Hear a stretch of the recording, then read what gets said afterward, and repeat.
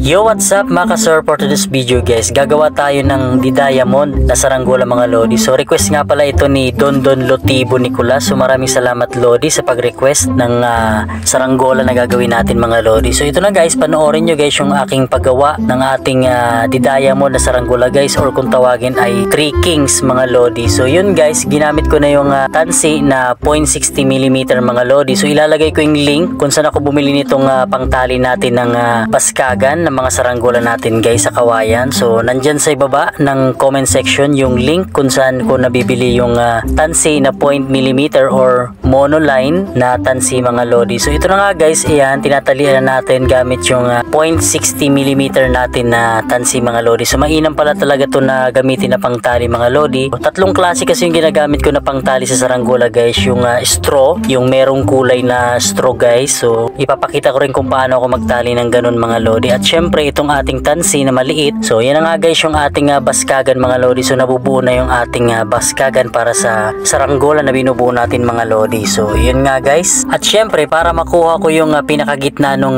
baskagan, yung para sa mga pakpak mga lodi, gagamit tayo ng meter mga lodi. So yun nga guys. So syempre tatalian naman natin yung ating buntot mga lodi. So binubuo na natin yung buntot para sa diamond na gagawin natin mga lodi. So napakasimple lang din naman ng pattern na ginawa ko dito para sa 3 kings na saranggola guys na diamond yung design. So tatlong diamond yan guys yung buntot ng ating saranggola mga lodi. So napakaganda niyan. At ayan nga guys, ginamitan natin siya ng tansi syempre, yung pangtali natin. So buong tansi yung ginamit natin dyan. So pati pagbuo ng ating mga di-diamond mga lodi. So yun konti lang din naman yung kawayan na ginamit natin para sa mga buntot niya. At napakadali lang gawin din at napakadaling sundan mga lodi yung pagbuo ng 3 kings or 3 diamond style kite mga lodi. So ito na nga guys, ginagawa na natin yung yung para sa ulo niya kung saan natin ilalagay yung kanyang sumba mga lodi. Medyo mataas yung ating digunting yan para sa kanyang ulo mga lodi kasi para magbagay dun sa design na gagawin natin mga lodi. So abangan nyo guys kung ano yung design na gagawin natin para dito sa bago nating saranggola na 3 kings or 3 diamond mga lodi. So yun na nga guys, malapit na nating mabuo lahat yung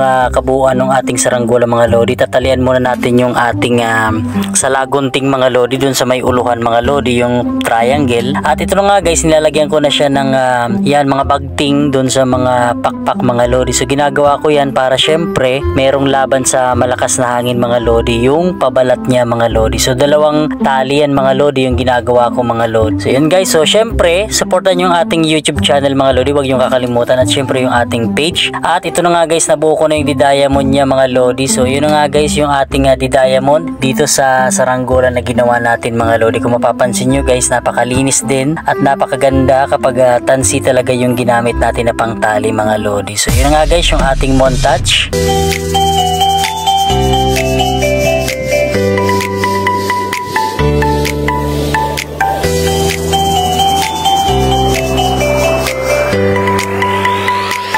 Napakaganda talaga mga lodi. At ito na nga guys, yan. So panoorin nyo kung paano ako magpabalat mga lodi. So hindi ako gagamit ng katul dyan mga lodi dahil charol plastic yung gamit natin mga lodi. At napakahirap idikit or sunugin ng katul yung charol plastic mga lodi. At hindi siya talaga basta-basta dumidikit sa konting paso lang mga lodi. So kailangan nyo talaga ng tape or transparent na tape mga lodi para maidikit nyo sa mga charol mga lodi. Huwag kayong mag-alala mga lodi, kahit mabasa yung charol nyo guys, yung tape natin, dahil charol yung gamit natin, madikit talaga. At talagang subok ko na yan mga lodi kasi nagpapalipad ako ng saranggola kahit malakas yung ulan mga lodi, at gamit ko rin yung tape mga lodi. So huwag kayong mag-alala mga guys, dahil kapag charol yung gamit nyo guys, makapit talaga yan at talagang kahit mabasa yan, hindi yan matatanggal sa pagkaka-tape niya mga lodi. So ganyan ako mag-pattern mga lodi. So yun napakadali lang din sundan. So yun nga guys, yan nilalagay natin ng tape yung mga tansi na ginamit natin dun sa saranggola natin mga lodi. At syempre ididikit na natin siya gamit yung ating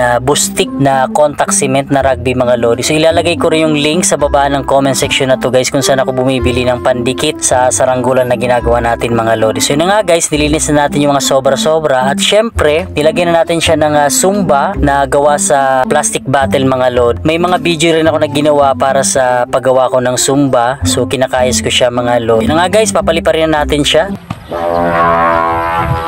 So yun, napakasulit yung lipad mga lodi. So medyo mahina nga lang talaga yung hangin ngayon mga lodi. At least napalipad natin siya at talagang straight siya at wala siyang kiling mga lodi. So mapapalipad natin siya sa malakas na hangin. So abangan nyo guys yung paglipad dito sa malakas na hangin mga lodi. So sa ngayon, ito lang muna yung ating pagpapalipad mga lodi. At least na testing natin siya at wala siyang kiling mga lodi. So bye bye. So maraming salamat guys na nakarating dito sa ating video mga lodi.